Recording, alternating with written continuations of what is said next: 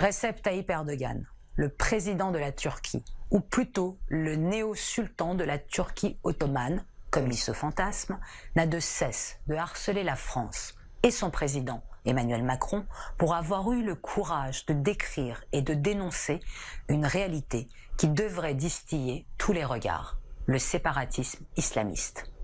La réaction démesurée et insultante d'Erdogan devrait nous réjouir, car elle est la preuve qu'Emmanuel Macron a visé juste en ciblant les écoles, les mosquées, associations qui répandent l'idéologie islamiste totalitaire, tout comme elle est l'expression du désarroi du néo-sultan.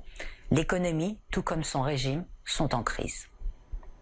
Il existe en France 300 imams détachés, dont plus de la moitié sont envoyés par la Turquie dans l'optique de contrôler sa diaspora. Et cela fonctionne. Pour preuve, dans une enquête rendue publique en janvier 2020, menée sur 10 ans et concernant 30 000 élèves du secondaire en France, Yael Berenboim de la CNAM nous apprend que les élèves dont les parents sont turcs sont ceux qui réussissent le moins bien à l'école.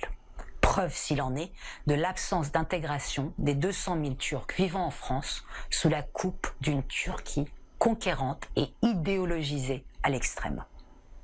Plus grave encore est l'alliance d'Erdogan avec l'extrême droite et ses loups gris, organisation ultranationaliste et paramilitaire, intolérante, négationniste, antisémite, anti-kurde et homophobe.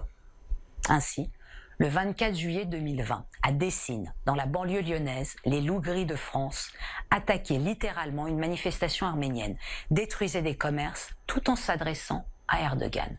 Que le gouvernement turc me donne 200 € et une arme et je ferai ce qu'il y a à faire partout en France. S'il fallait une preuve supplémentaire des accointances entre l'extrême droite et l'islamisme, l'exemple turc en est le symbole le plus flagrant.